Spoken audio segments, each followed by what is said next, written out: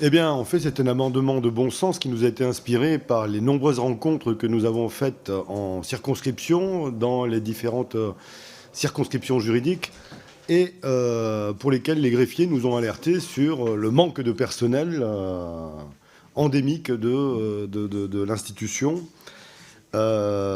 qui est compliqué en plus par l'utilisation de multiples logiciels dont on a parlé tout à l'heure, avec la volonté affichée, on verra bien ce qui va se passer, de fusionner tous les logiciels utilisés par les greffiers aujourd'hui en une plateforme unique.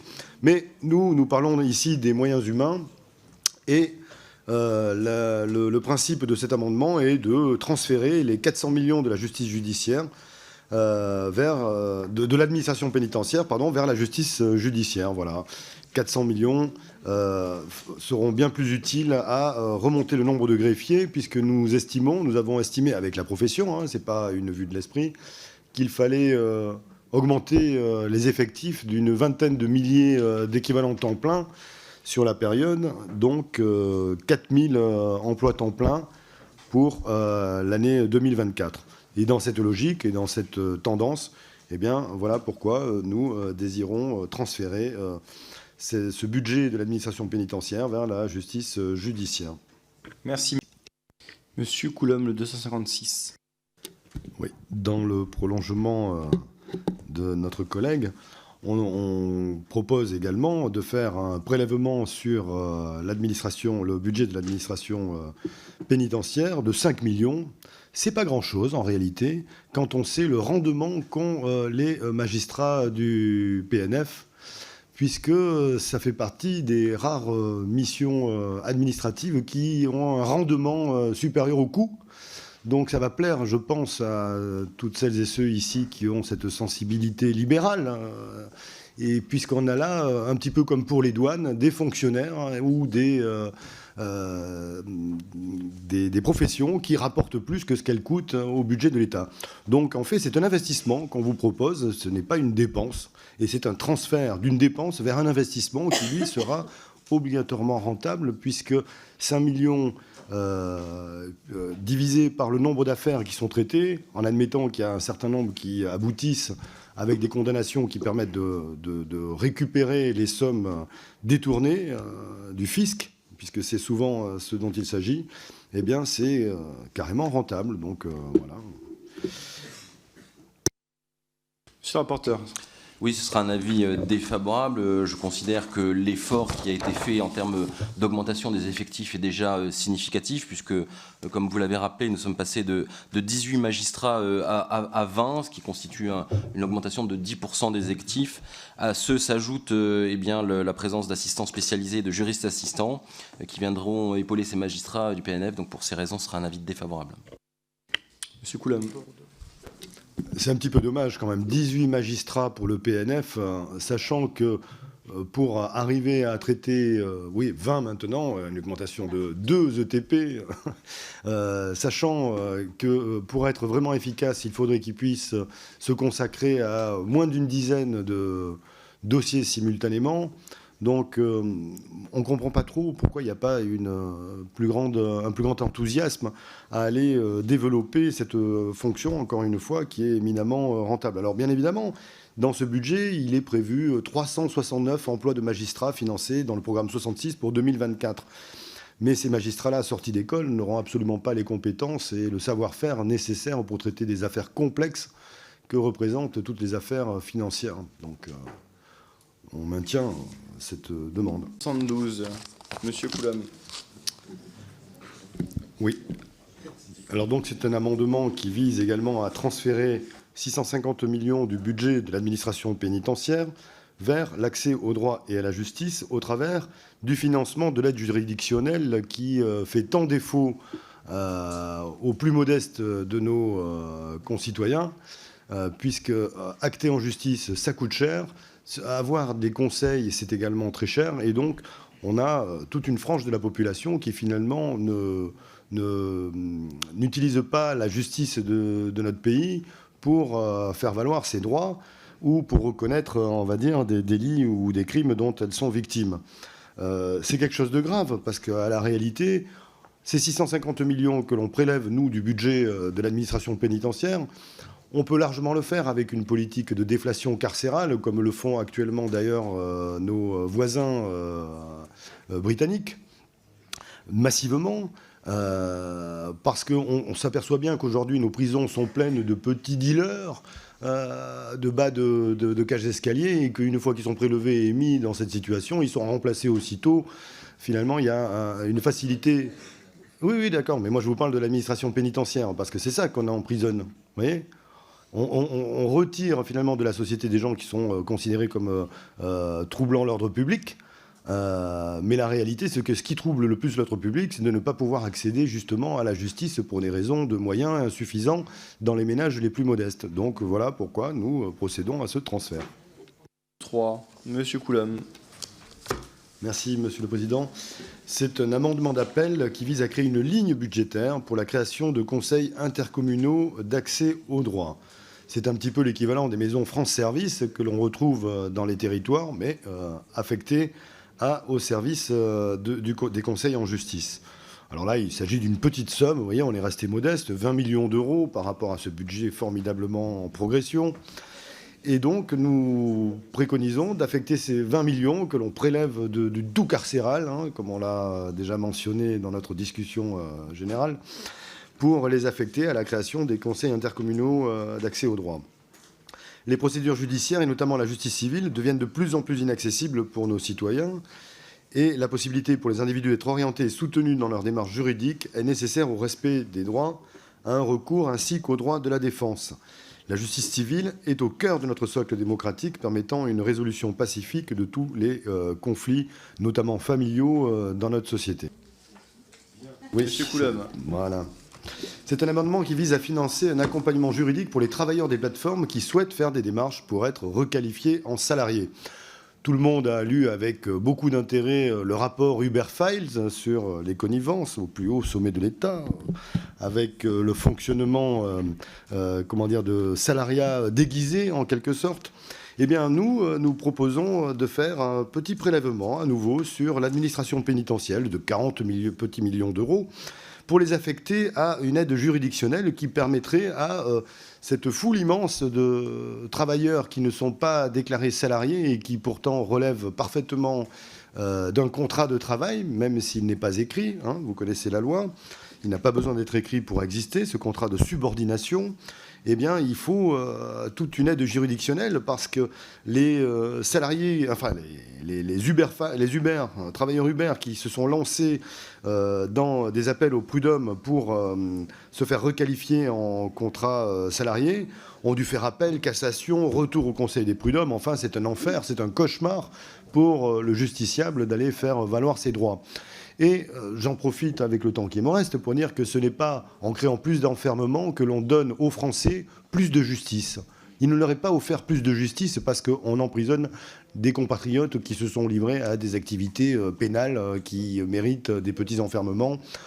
On ne fait qu'engorger à nouveau la population pénale, là où finalement le véritable accès à la justice, il se fait par le droit, par le conseil et l'accompagnement, et c'est ce que prévoit cet amendement. Oui, je suis obligé de réagir à ça. Je vous ai pris l'exemple des Uber, des travailleurs Uber, parce qu'ils constituent, on va dire, une cohorte très importante de travailleurs dans notre pays.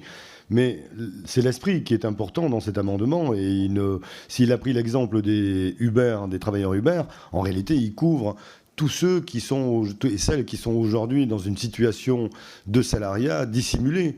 Et là, on va bien plus loin que la simple marque, le logo Uber. On a du Deliveroo, par exemple, si vous voulez d'autres marques, et j'en passe. Donc, oui, effectivement, on mentionne Uber pour expliquer, pour illustrer l'esprit de cet amendement, mais c'est une aide juridictionnelle à toutes celles et ceux qui sont en situation de salariat déguisé. Et là, ça fait plusieurs centaines de milliers de nos compatriotes. Merci, Monsieur le Président. Donc c'est un amendement qui est tout à fait dans la ligne de celui de notre collègue Untermeyer, à la différence qu'il prévoit non pas 30 millions mais 20 millions. Vous voyez, on est un petit peu en train de négocier comme des marchands de tapis en vous disant il faut prévoir un budget qui soit significatif pour la justice restaurative parce qu'effectivement elle permet réellement de se reconstruire pour les victimes et elle permet de comprendre les actes de ceux qui les ont commis.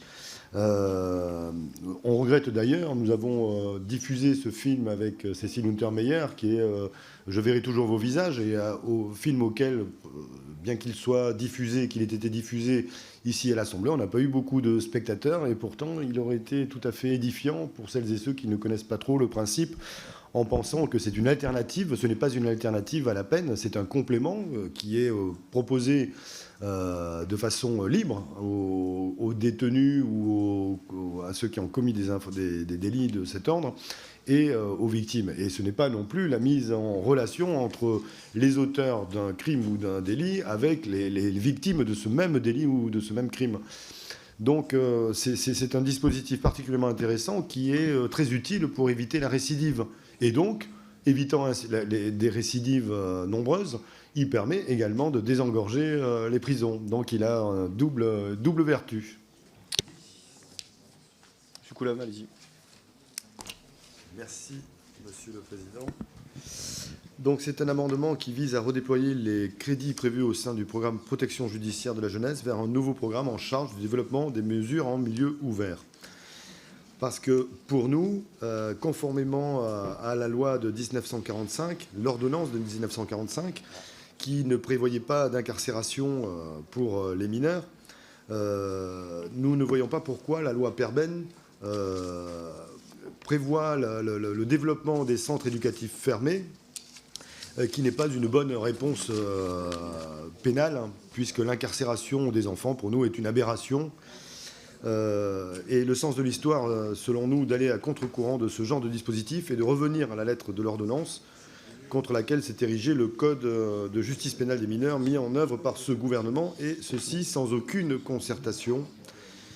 Dès la loi de programmation de la justice de Mme Belloubet, ce gouvernement, sous son premier quinquennat, avait donné le ton, ouvrir sur 5 ans 20 nouveaux centres éducatifs fermés, dont 15 gérés par le secteur associatif habilité, en plus des 51 déjà existants.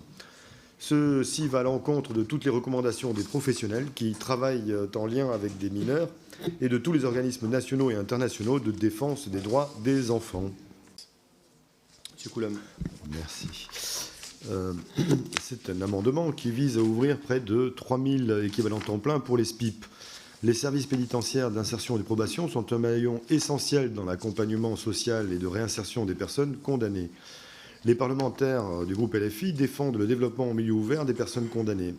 Ainsi, pour accompagner ce développement, il est nécessaire d'augmenter les moyens en personnel de ces services qui garantissent un accompagnement social, juridique de santé pour les personnes détenues et condamnées. Les SPIP sont au cœur de l'application des peines et permettent, en contact avec la justice, d'assurer l'individualisation des peines. Les SPIP ont connu une augmentation de leurs moyens sur la période 2018-2022, une augmentation en personnel de 21% environ. Mais cette augmentation, bien que bienvenue, n'est cependant pas suffisante.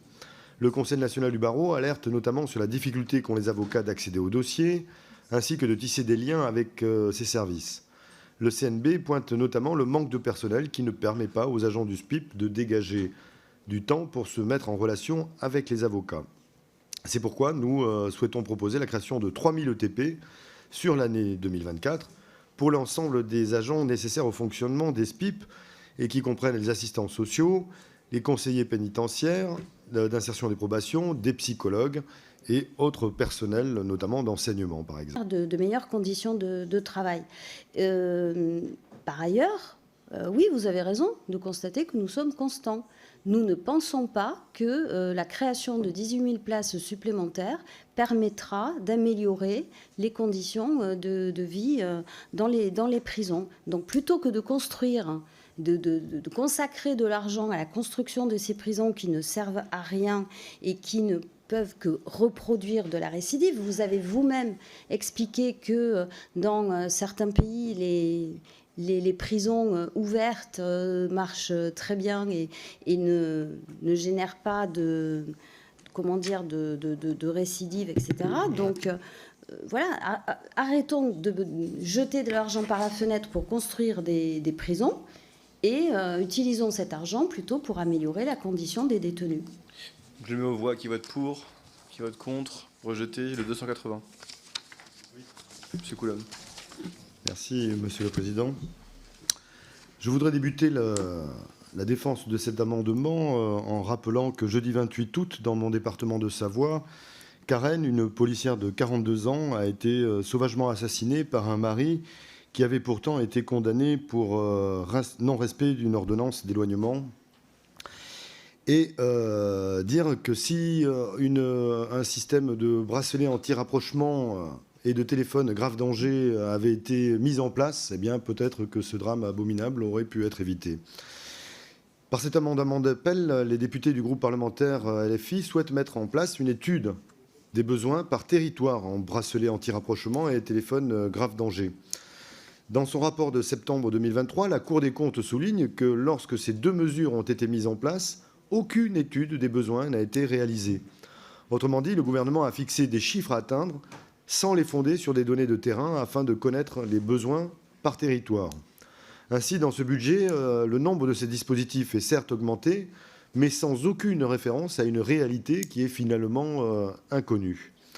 Il nous semble donc important qu'une étude des besoins soit menée par territoire afin d'y mettre les moyens nécessaires en prenant en compte les retours d'expérience et les spécificités de chaque territoire. Vous voyez qu'on est cohérent avec notre esprit qui consiste à prévoir plutôt que guérir et être dans la prévention. C'est ce que ces bracelets anti-rapprochement permettent et qui sont demandés unanimement par toutes les associations de défense des violences sexistes et sexuelles. Oui, mais gouverner, c'est prévoir. Et on ne peut pas gouverner a posteriori des délits et crimes commis. Il nous faut une évaluation que les services judiciaires ne sont pas en mesure de fournir. Les organisations et les associations seules sont en mesure de dire qu'il y a à peu près une évaluation de tant de femmes en danger dans un territoire donné, ce qui permet ensuite, par recoupement, par agrégation de toutes ces données, d'arriver à avoir une estimation des dispositifs disponibles. Et les sachant disponibles, peut-être que l'administration judiciaire pourrait plus facilement prescrire leur utilisation et les imposer aux conjoints ou ex-conjoints violents.